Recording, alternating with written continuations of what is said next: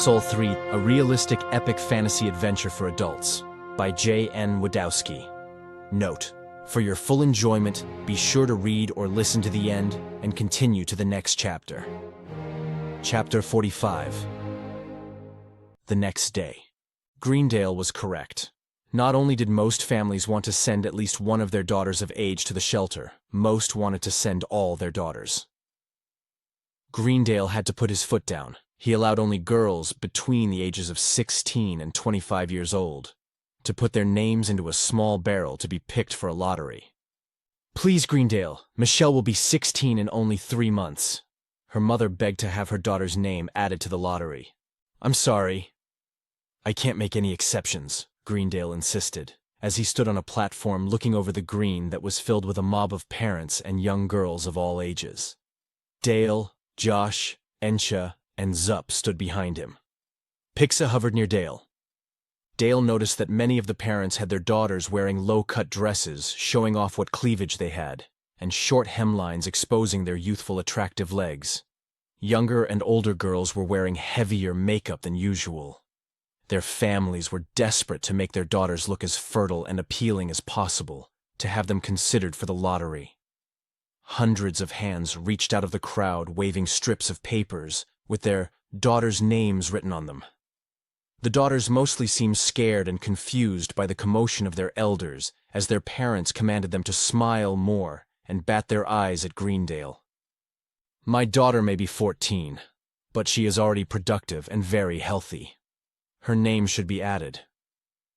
A father tried to reason with Greendale. "Tina only turned 26 last week. She is still young," another parent shouted up at Greendale.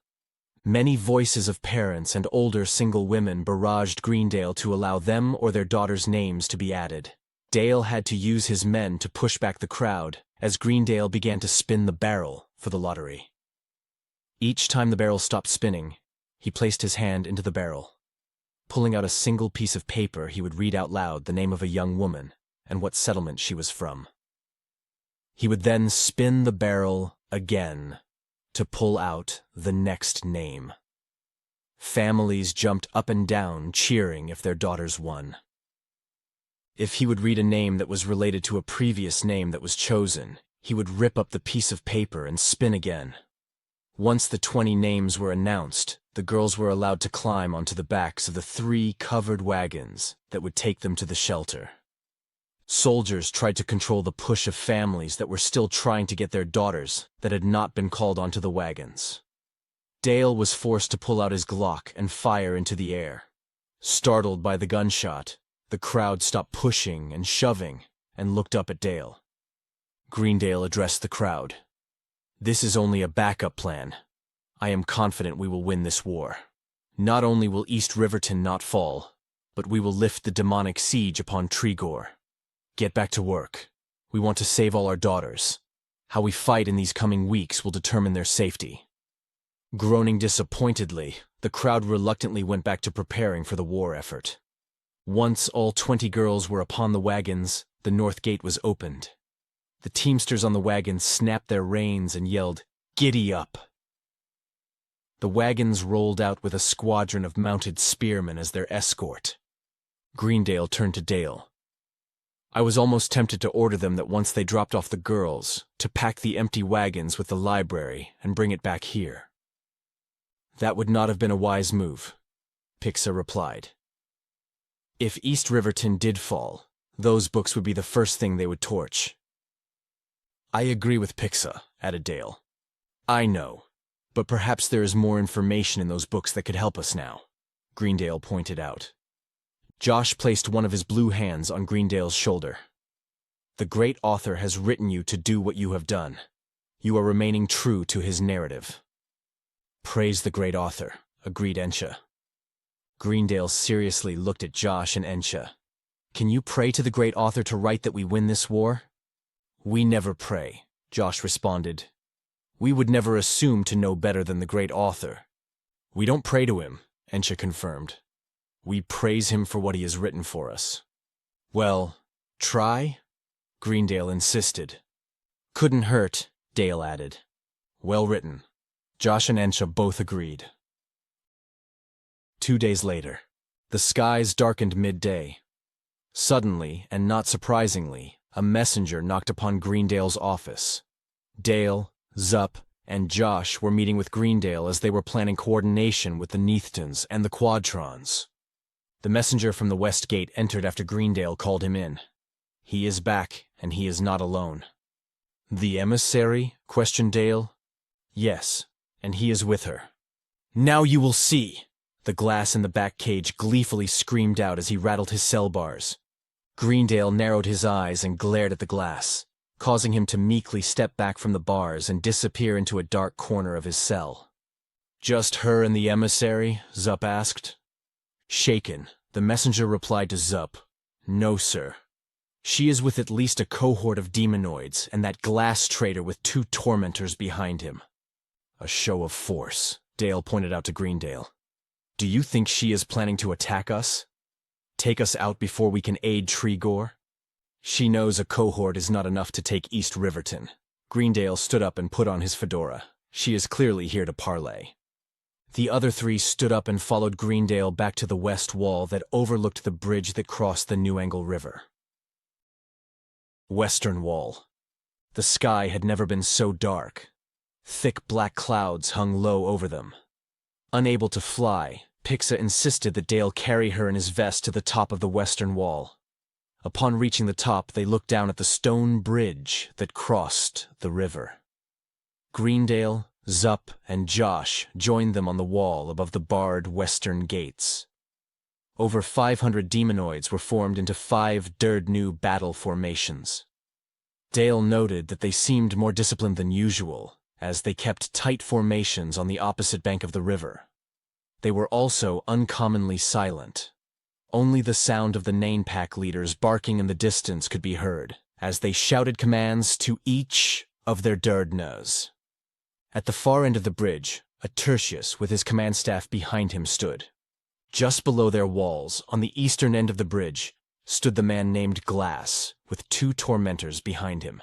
Glass was dressed in all black. His greasy black hair had shocking purple and red streaks in it. Like the prisoner in Greendale's cell, he too had a gold ring through his nose. She is love, the wretched man shouted to them with his silver-studded tongue. What an idiot, Greendale responding, seeing his piercings. Standing forward, on Glass's left, stood the taller, smartly dressed emissary. He wore a 3-piece black suit with a silk black tie over a satin red shirt. His perfect white teeth gleamed as he looked up at Greendale and his party. Where is she? Dale shouted down to the emissary. Miss me, Dale? Lucifera descended from the heavy black clouds above. Beating her powerful bat wings, she maintained a hover only a couple of feet before him. Her eyes were deep blue and smiling as she looked into his. I missed you too. I think of our special night. Often she closed her eyes and began to moan. Enough of the theatrics, Lucifera, Greendale spoke up. Say what you came to say and crawl back to Hades. She opened her eyes, positioning herself in front of both of the men. Smiling now at Greendale. Don't be jealous. I also have wonderful memories of our many nights too. She then smiled broadly, looking at Greendale and Dale. To have you both service my needs at once. That would be a night to remember.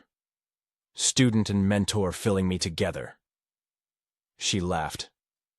You're not funny. Pixa spoke up angrily. Looking at Pixa, Lucifera's eyes turned their fiery red. Don't worry, little fairy queen. You can have them after I finish with them. Yet I don't see how you could handle them with your dainty miniature body. Dale alone, if he impaled you, would split you into 2. She laughed again. Although, I would love to see that. Coming and going at the same time. You are truly foul, Pixa responded. You have no idea how powerful true love is. You perverse everything that is good and beautiful. Oh, please. Lucifera ignored Pixa. Her eyes turned their calming blue as she focused upon Dale. You see only one cohort behind me. Impressive? Yes. Dale had to admit. At this very moment, a force 200 times larger is marching to lay siege on Tregor. She turned to Greendale. Oh, and Greendale, whatever your secret weapon is, it will be too late and not enough to prevent the Neetthon walls from falling. Stone-faced Greendale asked, "What secret weapons?" "Ha ha, funny. Pretend all you want. My eyes and ears are among you. I may not yet know what it is." She smiled, pointing one of her long, clawed fingers at his forehead. "But I know you have something brewing in that manly head of yours." She flew back a bit to look at him and Dale. "Since I do find you so sexy and delicious." Her forked tongue licked her full lips. "My offer still stands." She rose above them and shouted to address all the men on the walls and the people hiding behind them. "Do not get involved! I will give this world back to the dominance of mankind. Your greatest lusts and desires will flourish once again. Do nothing. Have everything." She looked down behind her at the emissary, commanding him, "Lup cab!" The emissary turned and relayed her orders to the Tertius. "Lup cab." The Tertius cohort leader turned to his Derdnu commanders, barking, "Loop cab!" The Nain packs echoed the command to their units, "Lup cab!" As one, their formations turned about face and marched back into the New Angle forest to the west. Flying up close to Dale, she reached out with the soft palm of her right hand to gently stroke his scratch marks on one of his cheeks. "Until next time, Dale." She then flew back and up from him. In a burst of fire, she disappeared. The dark clouds above them quickly parted, letting the sun shine again. Feeling the energy of the sun, Pixa flew out from Dale's vest, rising slightly above him. She did not look at Dale, but at the humans on and behind the walls. She could see them nervously talking among themselves. It was clear to her that they were seriously considering Lucifera's offer. "This is not good." She worriedly shook her head. Please continue to Chapter 46. To support the author, please like, share, comment, and subscribe.